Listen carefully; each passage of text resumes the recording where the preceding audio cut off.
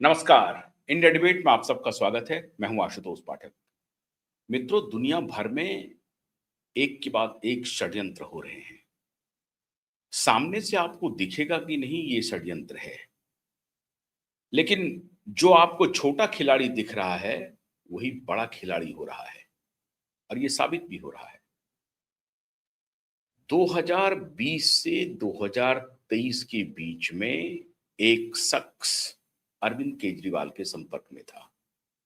वैसे तो हजारों लाखों संपर्क में थे, लेकिन सोशल मीडिया पे क्या नैरेटिव बुनना है, क्या मीम्स तैयार करना है, क्या पोस्ट तैयार करना है, ज्यादा से ज्यादा लोगों तक उसको पहुंचाना है, इस सब के लिए एक शख्स इनर कैबिनेट में आम आदमी पार्टी के था।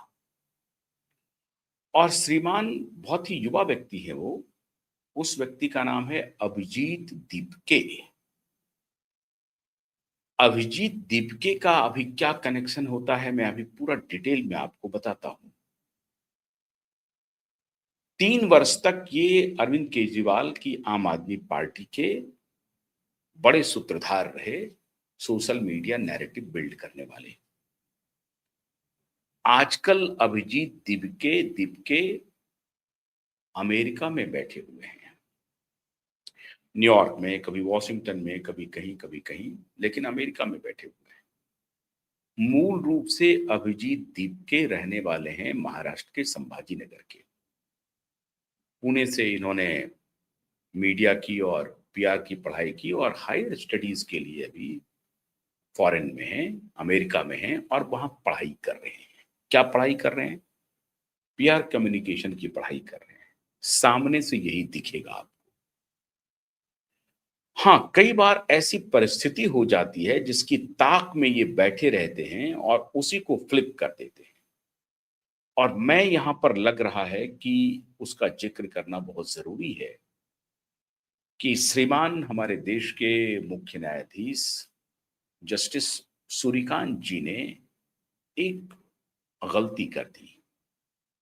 अनजाने में हुई या जानबूझ करके उन्होंने की, या इस गलती को आउट ऑफ प्रोपोर्शन भुनाने वाले ने भुना लिया। जैसे आप क्रिकेट में अगर आप लूज गेंद डालते हैं तो बैट्समैन इंतजार करते रहते हैं कि अगर बॉलर बहुत खतरनाक हो तो टिके रहना जरूरी होता है और आप इंतजार करते रहते हैं लूज गेंद का। जैसे ही लूज गेंद मिलता है आप टपाक से उसको बाउंड्री लाइन के पार कर देते हैं। इसी तरीके से जो पॉलिटिक्स में शातिराना पॉलिटिक्स करते हैं, वो इसी इंतजार में बैठे रहते हैं कि ऐसा कौन सा मुद्दा, ऐसा कौन सा मौका, ऐसा कौन सा अवसर हाथ लगे जिसे वो ट्विस्ट कर दें और फिर एक बड़ा मास उनके साथ खड़ा हो जाए। और यही मौका हमारे चीफ जस्टिस सूर्यकांत जी ने एक प्रकार से दे दिया। दूसरे तो मौका लपकने में थोड़े पीछे रहे, लेकिन एक खिलाड़ी तो आपको मालूम है, एक खिलाड़ी तो इसी मौके की ताक में रहता है और इस मौके का इंतजार उन्हें बहुत लंबे समय से था। ये मौका ये 2010-11 से इन्होंने शुरू किया था, उसका लाभ मिला उनको। वो जेनजी का आंदोलन जो आज बंगाल में, जो आप नेपाल में और बांग्लादेश में आपने देखा, श्रीलंका में आपने देखा, उसकी भूमिका भारत में भी बनी थी। लेकिन भारत में उस बहुत सफलीभूत हुआ, बदल भी गया, सत्ता आ गई, श्रीमान सत्ता में पहुंच गए, दूसरे लोग भी आ गए, वो अलग विषय है, उसका लाभ दूसरे को भी मिला। लेकिन मामला वही था। अब इसके आगे मामला चला गया है, अब दूसरा मामला आ गया। जस्टिस सूर्यकांत जी ने एक टिप्पणी की थी, वो कोई बहुत बड़ी टिप्पणी नहीं थी उस तरह से। ये बात सही है कि मीडिया संस्थानों में, जुडिशरी में बहुत सारे ऐसे अवांछित लोग आ गए हैं जो मीडिया की अहर्ता भी नहीं पूरा करते। अगर उसके लिए कोई जरूरी नहीं है कि वो डिग्री हो, लेकिन कम से कम उसका नैक हो, आपको उसका ज्ञान हो, मीडिया क्या है, कैसे है, उसमें कैसा व्यवहार करना चाहिए, क्या आचरण करना चाहिए, कितनी गंभीरता रहनी चाहिए। उसी प्रकार से जुडिशरी क्या है, उसमें क्या आचरण होना चाहिए। लेकिन ये जो बयान है, ये बयान उन्होंने ठीक दिया, लेकिन वो बयान तब सही होता जब जुडिशरी आदर्श स्थिति में रहती। और ये बात जुडिशरी ने खुद अपने लिए ये स्थिति, ये हालात बनाए हैं। खुद ही जुडिशरी ने आदर्श स्थिति, आदर्श हालात के को खत्म किया है। तब अगर आप ये बात कहते तो ये बात बनती। उस जुडिशरी में कैसे होगा जहां जज और वकील गाली गलौज कर रहे हो और उसका वीडियो वायरल हो रहा हो, वायरल हो रहा हो, तो कौन स्वीकार करेगा? जहां हाई कोर्ट के जस्टिस के घर में करोड़ों रुपए कैश मिलते हो, वहां कौन सुनेगा आपकी इस बात को? तो एक प्रकार से कहा आपने सही बात, लेकिन समय ठीक नहीं चल रहा है, समय प्रतिकूल है। और इस प्रतिकूलता के आधार आप ही हैं, मतलब जुडिशरी ही है, किसी और ने नहीं बनाया है ये आधार।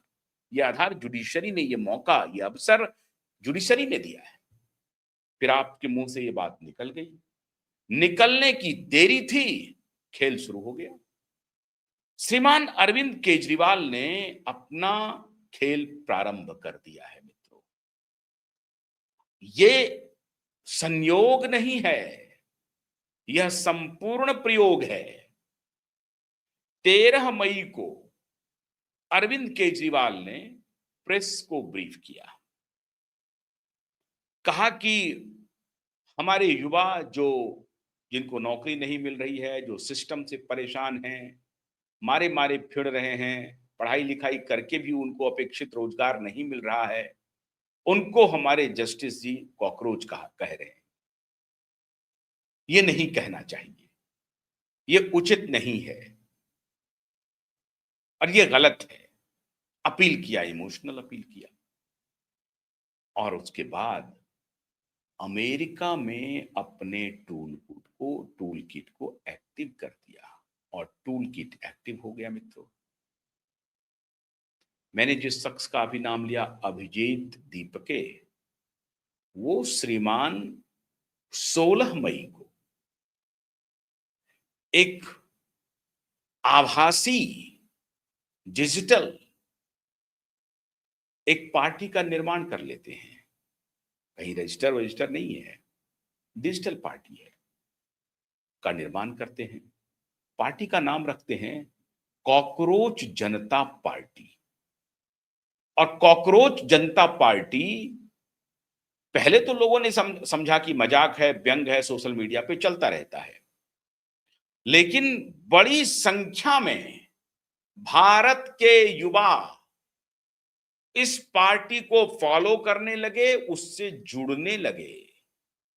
और कॉकरोच जनता पार्टी के हालात ये हैं कि 5 दिन के अंदर सोशल मीडिया प्रेजेंस के मामले में कॉकरोच जनता पार्टी ने भारतीय जनता पार्टी को पछाड़ दिया और आम आदमी पार्टी को पछाड़ दिया, दोनों को पीछे ढकेल दिया।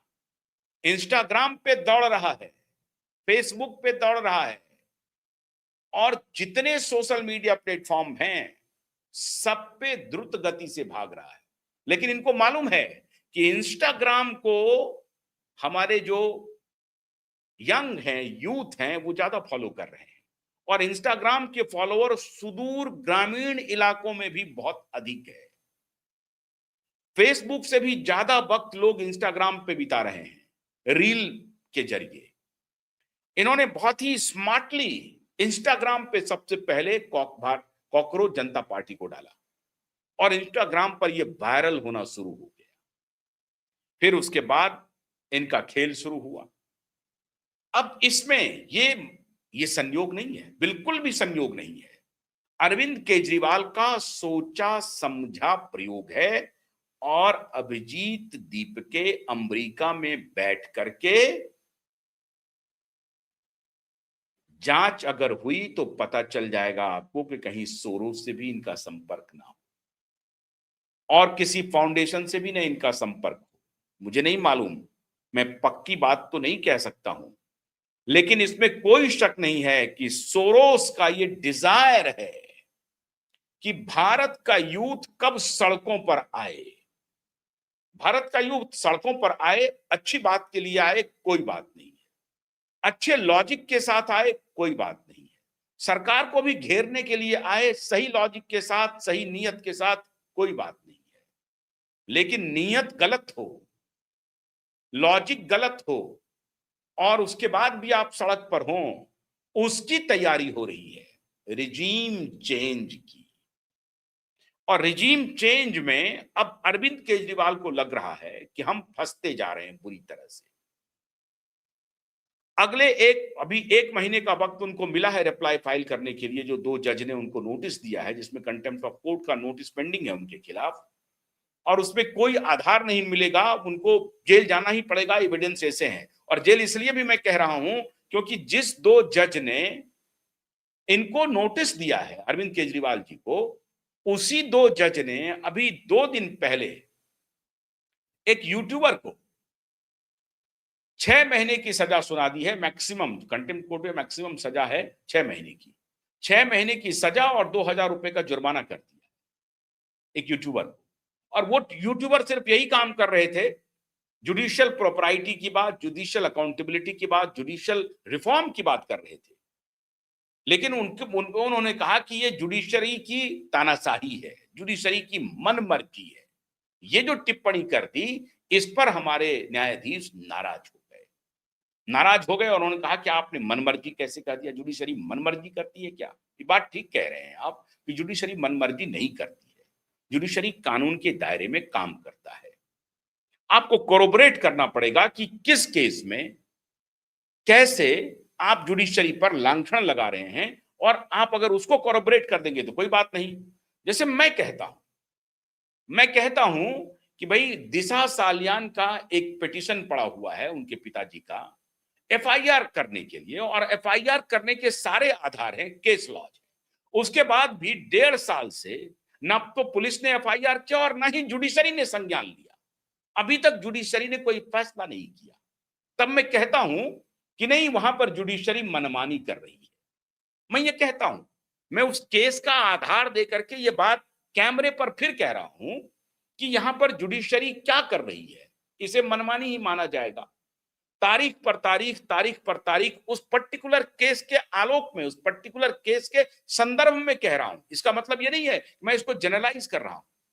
इस केस के संदर्भ में जहां पर की केस लॉज क्लियरली कह रहा है कि अगर विक्टिम के माता पिता 50 साल के बाद भी, 5 साल तो छोड़ दीजिए, 50 साल के बाद भी अगर किसी केस को उजागर करता है, कोई उसमें लगता है, उसको शंका होती है, तो और वो नए फ्रेश जांच की मांग करता है, तो फौरन से पेशतर उसके लिए एफआईआर होगा और जांच की प्रक्रिया को अंजाम दिया जाएगा। ये केस लॉ कहता है, ये सुप्रीम कोर्ट का सेटल्ड केस लॉ है। आप उसके बियॉन्ड जाकर के कह रहे हैं अभी तक एफआईआर का आदेश नहीं दे रहे। तो इस पर्टिकुलर केस के रेफरेंस में मैं कहता हूं कि जुडिशरी जो है वो मनमर्जी कर रही है, तो ये चलेगा। लेकिन जुडिशरी को इन जनरल अगर हम कहेंगे कि मनमर्जी कर रही है, तानाशाही कर रही है, तो ये अनुचित होगा। खैर, फिर भी मैं ये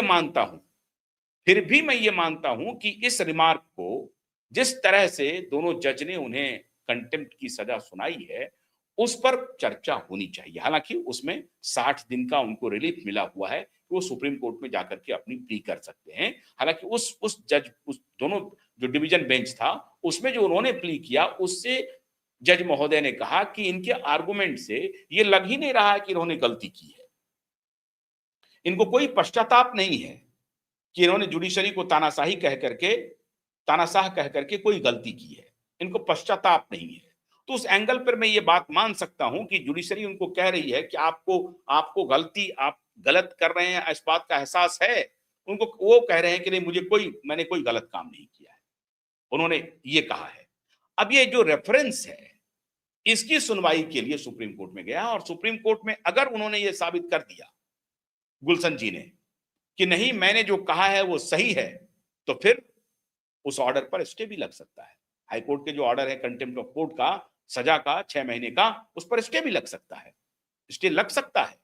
इसलिए 60 दिन का वो सब कुछ कानून के घेरे में है। 60 दिन के लिए उनको समय मिला है। ऐसा नहीं है कि ऑर्डर दे दिया 6 महीने का और पुलिस आई और गिरफ्तार करके चला गया गुलशन जी को, नहीं।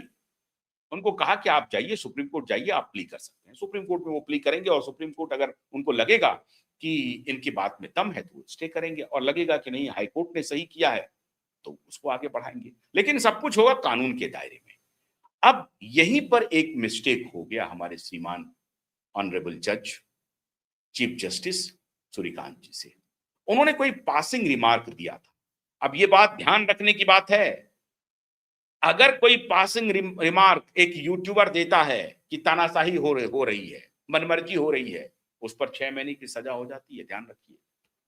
लेकिन अगर हमारे चीफ जस्टिस कोई पासिंग रिमार्क दे रहे हैं, उस पर कोई बात नहीं होती है। मैं अकेला नेटवर्क, ट्यूबाइब नेटवर्क, कम से कम 6-7 चीफ जस्टिस की तारीफ में प्रोग्राम किए हूं, मैंने किया है, और मुझे उम्मीद है कि चीफ जस्टिस ने जरूर उस कार्यक्रम को देखा भी होगा।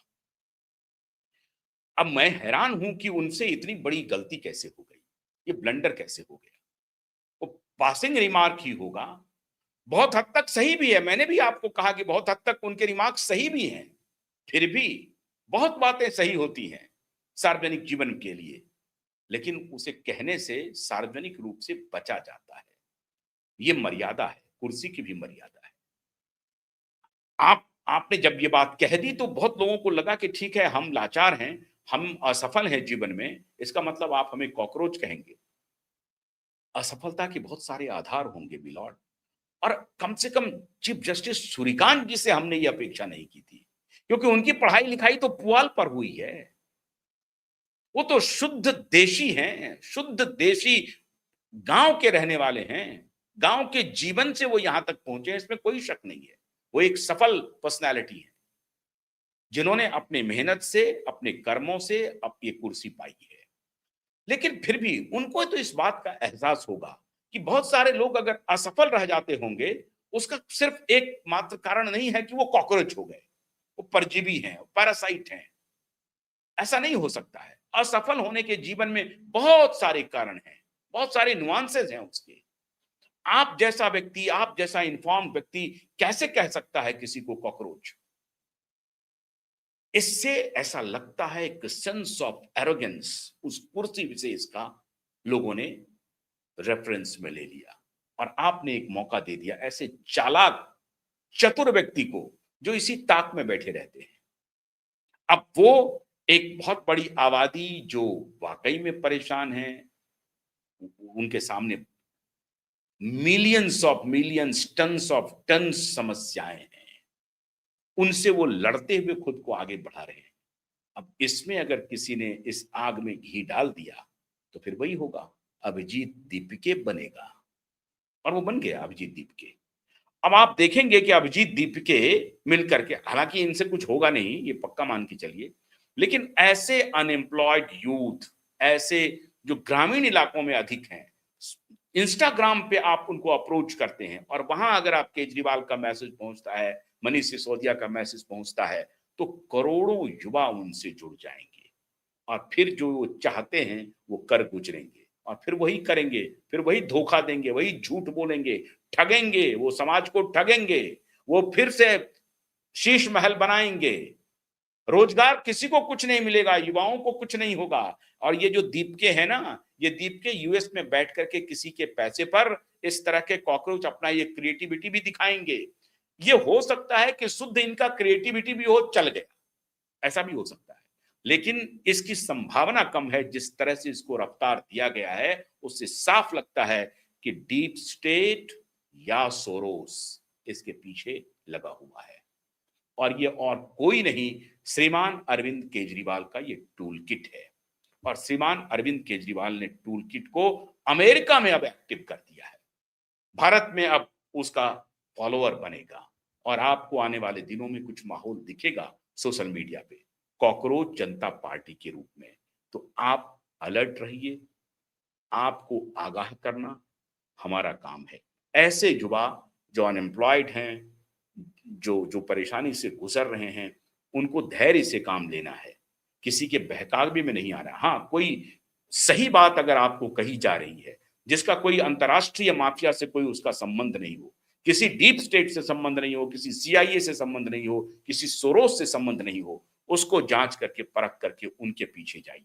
मैं आपसे तो यही कहूंगा। और मैं एक बार फिर से अनुरोध करूंगा चीफ जस्टिस ऑफ इंडिया से कि आप जैसे व्यक्ति से इस तरह के शब्द की अपेक्षा नहीं थी। मैं करना नहीं चाहता था इस बिंदु पर अपना कार्यक्रम, लेकिन जब इसको देखा तो आज मेरी मजबूरी हुई कि मैं आपको ये बताऊं कि आपसे ये अपेक्षा नहीं थी। बहुत बहुत शुक्रिया। नमस्कार।